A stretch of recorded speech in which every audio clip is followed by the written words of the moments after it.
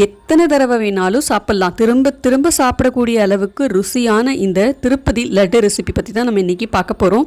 திருப்பதி போனாலே யாரும் லட்டு வாங்காமல் வர மாட்டோம். கோயில்னாலே பிரசாதம் தானே ஸ்பெஷல், அதுவும் திருப்பதியில் லட்டு தாங்க ஸ்பெஷல். இது எப்படி பண்ணலாம் அப்படிங்கிற வீடியோவை நம்ம டீட்டெயிலாக பார்க்கலாம். வீடியோவை ஃபஸ்ட்லேருந்து லாஸ்ட் வரைக்கும் ஸ்கிப் பண்ணாமல் பாருங்கள், அப்போ தான் உங்களுக்கு எல்லாமே புரியும். இப்போ லட்டு பண்ணுறதுக்கு முதல்ல நம்ம மாவு ரெடி பண்ணிக்கணும். கடலை மாவு வந்து இந்த மெஷர்மெண்ட் கணக்கில் பார்த்தோன்னா 84 கிராம் அளவுக்கு எடுத்திருக்கேன். அதே மாதிரி கப்பு கணக்கில் பார்த்தீங்கன்னா இந்த மாதிரி பிளாஸ்டிக் கப் இருக்கு இல்லையா, மெஷர்மெண்ட் கப், அதில் 1 கப் அளவுக்கு எடுத்திருக்கேன். இதை வந்து நம்ம வந்து கண்டிப்பாக சலிச்சு தான் வந்து எடுத்துக்கணும். சலிக்காமல் எடுத்தோன்னா நமக்கு வந்து நிறைய கட்டி இருக்கும். இந்த மாதிரி ஒரு விஸ்கு வச்சு நல்லா கட்டியெல்லாம் கரைச்சிட்டு சலிச்சு எடுத்துக்கோங்க. சலிச்சதுக்கு அப்புறமும் பாருங்கள் இதில் நிறைய கட்டியெல்லாம் இருக்குது. இது வந்து நமக்கு தேவை கிடையாது. ஒரு பிஞ்சு சால்ட்டு சேர்த்துக்கோங்க, 1/4 ஸ்பூன் பேக்கிங் சோடா சேர்த்துக்கோங்க. இதெல்லாத்தையும் சேர்த்துட்டு நல்லா ஒரு தடவை கலந்துட்டு காய்ச்சி ஆற வச்ச பால் கொஞ்சம் கொஞ்சமாக சேர்த்து கலந்துக்கணும். இது கூடவே அரிசி மாவு 2 ஸ்பூன் வேணாலும் நீங்கள் கலந்துக்கலாம். நான் வந்து இதில் சேர்க்கலை. இப்போ எல்லாத்தையும் நல்லா கலந்துக்கோங்க. பால் மொத்தமாக சேர்த்துறாமல் கொஞ்சம் கொஞ்சமாக ஊற்றி நல்லா கட்டி இல்லாமல் கரைச்சிக்கணும். ஏற்கனவே நம்ம வந்து சலிச்சிட்டு தான் இதை வந்து எடுத்திருக்கோம். இருந்தாலுமே கட்டி விடுறதுக்கு நிறைய சான்ஸ் இருக்குது. பால் நிறைய ஊற்றிட்டிங்கன்னா மாவு ரொம்ப தொடன்னு தண்ணியாகிடும். எண்ணெயில் பொரிக்கும் போது நிறைய எண்ணெய் குடிக்கும். ஸோ வந்து பதம் வந்து நமக்கு ரொம்ப முக்கியம். இந்த மாதிரி நல்லா கரைச்சிட்டு 1 ஸ்பூன் சர்க்கரையும் சேர்த்துட்டு நல்லா வந்து கரைச்சி விட்டுக்கோங்க. இப்போ மாவு பதம் பார்த்திங்கன்னா இந்த மாதிரி தான் இருக்கணும். இப்போ இந்த மாவை வந்து அப்படியே வந்து நீங்கள் ஒரு பைப்பிங் பேக்கில் ஊற்றிக்கலாம். இப்போ நான் வந்து ஒரு டம்ளரில் ஊற்றிருக்கேன். நமக்கு பொரிக்கிறப்ப நமக்கு மாவு வந்து அங்கங்கேயும் சொட்டாமல் இருக்கும். அதுக்கு தான் பொரிக்கிறதுக்கு தேவையான அளவுக்கு எண்ணெய் சூடு பண்ணிவிட்டு தீ இந்த மாதிரி குறைச்சியே வச்சுருங்க. இதே தீயில் தான் கடைசி வரைக்கும் பூந்தி பொரிக்க போகிறோம். பூந்தி கரண்டியில் மாவை ஊற்றிட்டு இந்த மாதிரி அழகாக சொட்டாக விழுது பாருங்கள். நிறைய மாவு ஊற்றிட்டிங்கன்னா மேலே வெந்திருக்கும், அடியில் வேகாத மாதிரி இருக்கும். இல்லைன்னா அந்த மாவு வேகிறதுக்கான ஸ்பேஸ் இருக்காது. அதனால் கொஞ்சம் கொஞ்சமாக இந்த மாதிரி ஊற்றி நல்லா இந்த மாதிரி பொன்னிறமாக பொரிச்சு எடுத்துக்கோங்க. டக்குன்னு வெந்துடும். ஒரு 2 நிமிஷம் இருந்தாலே போதும். இந்த மாதிரி நல்லா பொன்னிறமாக பொரிஞ்சதுக்கப்புறம் இதை தனியாக எடுத்து வச்சுருங்க. சின்ன பசங்கள்லேருந்து பெரியவங்க வரைக்கும் எல்லாருமே ருசித்து சாப்பிடக்கூடிய இந்த திருப்பதி லட்டு திருப்பதியில் ரொம்ப ரொம்ப ஃபேமஸாக கிடைக்கும் இல்லையா. இந்த திருப்பதி லட்டுன்னு சொன்னாலுமே திருப்பதியில் கிடைக்கிற அந்த ஒரிஜினல் டேஸ்ட் கண்டிப்பாக வராது, அது நான் ஒத்துக்கிறேன். இருந்தாலுமே இப்போ தீபாவளிக்கு நீங்கள் இந்த மாதிரி நீங்கள் ட்ரை பண்ணி பார்க்கலாம். இப்போ நவராத்திரி சீசன் அப்படிங்கிறதுனால இந்த மாதிரி நீங்கள் செஞ்சு பார்க்கலாம். புரட்டாசி சனிக்கிழமையில் பெருமாளுக்கு நீங்கள் நெய்வேத்தியமாக படைக்கலாம். அடுத்த பேட்ச் பூந்தி பொரிக்கிறப்ப அந்த கரண்டியை கொஞ்சம் லேசாக மாவை வழித்து விட்டுட்டு அதுக்கப்புறம் மாவு ஊற்றுனீங்கன்னா அந்த ஓட்டையில் அடப்பு இல்லாமல் நல்லா முத்தாக விழும்.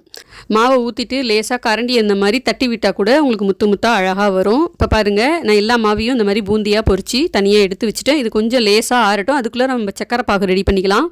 1 கப் கடலை மாவு எடுத்துருந்தோம் இல்லையா, அதே 1 கப் அளவுக்கு வெள்ளை சக்கரை சேர்த்துருக்கேன். கொஞ்சமாக வெல்லம் சேர்த்துருக்கேன். இந்த வெள்ளை பாகு கலருக்காக சேர்த்துருக்கேன். நீங்கள் வேணும்னா சேர்த்துக்கலாம். அப்படி இல்லைன்னா நீங்கள் சர்க்கரையிலே கூட சக்கரை பாகு செய்யலாம். 1/4 கப் தண்ணி சேர்த்து இந்த சர்க்கரையை நல்லா கரைச்சிட்டு ஒரு கம்பி பதம் வர வரைக்கும் பாகு கரைச்சிக்கணும். சக்கரை பாகை எடுத்து ஊற்றும் போது நூல் மாதிரி விழுது பாருங்க, அது வந்து சரியான பதமாக இருக்கும். நீங்கள் வந்து கையில் கொஞ்சமாக இந்த மாதிரி எடுத்து தொட்டு பார்த்தீங்கன்னா நல்லா பிசுப்பாக இருக்கும். இந்த மாதிரி லேசாக கம்பி தெரியுது பாருங்க, இதுதான் வந்து நமக்கு சரியான பதம். இப்போ இந்த சக்கரை பாகில் நம்ம பொரிச்சு வச்ச பூந்தியில் பாதியை வந்து சேர்த்து நல்லா கிளறி விட்டுட்டு மீதி பாதியை மிக்சியில் போட்டு கொஞ்சம் ஒன்றும் பாதியமாக அரைச்சிக்கணும். ரொம்ப மையாக அரைக்க வேண்டாம், கொஞ்சம் ஒன்றும் பாதியமாக இந்த மாதிரி அரைச்சிட்டு அதையும் சக்கரை பாகில் சேர்த்து நல்லா கலந்து விட்டுக்கோங்க. இப்போ இது எல்லாத்தையும் நல்லா கலந்து விட்டு ஒரு 10 நிமிஷம் அப்படியே வச்சுட்டிங்கன்னா சக்கரை பாகில் நல்லா ஊறி வரட்டும். இப்போ இதை தாளிக்கிறதுக்கு தேவையான அளவுக்கு நெய் சேர்த்துக்கிறேன். நம்ம நெய்யில் பொரிக்கலை, ஆனால் தாளிக்கிறதுக்கு நம்ம நெய் சேர்த்தா தான் நல்ல வாசனையோட டேஸ்ட்டாக இருக்கும். முந்திரி திராட்சை எல்லாம் நீங்கள் உங்கள் விருப்பத்துக்கு தகுந்த மாதிரி எவ்வளோ வேணாலும் சேர்த்துக்கலாம். இல்லை நீங்கள் தேவைப்பட்டால் பாதாம் கூட சேர்த்துக்கலாம். முந்திரி திராட்சையும் நல்லா இந்த மாதிரி பொன்னிறமாக வறுத்துட்டு இப்போ இந்த பூந்தியும் நல்ல சக்கரை பாகில் ஊறி ஆறிடுச்சு. இதில் வந்து நம்ம வறுத்த முந்திரி திராட்சையை சேர்த்துக்கலாம். 1/4 கப் கல்கண்டு சேர்த்துருக்கேன். ஏலக்காவை கொஞ்சம் பொடி பண்ணி சேர்த்துருக்கேன். அப்படி இல்லைன்னா நீங்கள் ஏலக்காவை சும்மா லேசாக தட்டிட்டு சேர்த்துக்கலாம். ஒரு 4 கிராம்பை வந்து கொஞ்சம் லேசாக தட்டிட்டு சேர்த்துருக்கேன். கொஞ்சமாக ஒரு பிஞ்ச் அளவுக்கு பச்சை கற்பூரம், இது சேர்த்தா நல்ல மணமாக தெய்வீக மணத்தோட நல்ல சுவையாக இருக்கும். கடைசியில் 2 ஸ்பூன் நெய்யும் சேர்த்துக்கோங்க. பூந்தி பொரிக்கிறப்ப முழுக்க நெய்யிலே பொரிச்சா அதோட சுவையே தனி சுவை தான். இப்போ இங்கே 2 ஸ்பூன் தான் நான் நெய் சேர்த்துருக்கேன். நல்லா எல்லாத்தையும் ஒரு தடவை கலந்து விட்டுட்டு நல்ல ஒரு கையால் நல்ல தாராளமாக எவ்வளோ நம்ம கையில் அள்ள முடியுமோ அள்ளி இந்த மாதிரி நல்லா டைட்டாக அழுத்தி வச்சு பிடிச்சிருங்க. அவ்வளோதான். அப்படியே பிடிச்சி விட்டிங்கன்னா அழகாக அப்படியே உதிராமல் சூப்பராக வந்துடும். இதே மாதிரி ஒன்று ஒன்றா நம்ம பிடிச்சி வச்சிட வேண்டியதான். இது வந்து உடையாது, நம்மளா கையால் எடுத்து உடைச்சாதான் உடையும். அவ்வளோதான் friends, Tirupati special laddu, Navaratri special நைவேத்தியம், தீபாவளி ஸ்பெஷல் ஸ்வீட், எப்படி வேணாலும் நம்ம சொல்லலாம். இதை நீங்களும் ஒரு தடவை செஞ்சு பாருங்கள், உங்களுக்கு ரொம்பவே பிடிக்கும். இந்த வீடியோ உங்களுக்கு பிடிச்சிருந்ததுன்னா மறக்காமல் வீடியோக்கு ஒரு லைக் பண்ணிவிட்டு அடுத்த வேறு ரெசிபிஸ் மிஸ் பண்ணாமல் பார்க்கணுன்னு நம்ம சேனலை சப்ஸ்கிரைப் பண்ணிக்கோங்க. இன்ஸ்டாகிராம் ஐடியும் கொடுத்துருக்கேன். இதே மாதிரி நீங்கள் ஷார்ட் ரீல்ஸ் பார்ப்பீங்க அப்படின்னா மறக்காமல் பிடிச்சிருந்ததுன்னா ஃபாலோ பண்ணிக்கோங்க. அடுத்த ஒரு வீடியோவில் பார்க்கலாம். பாய்.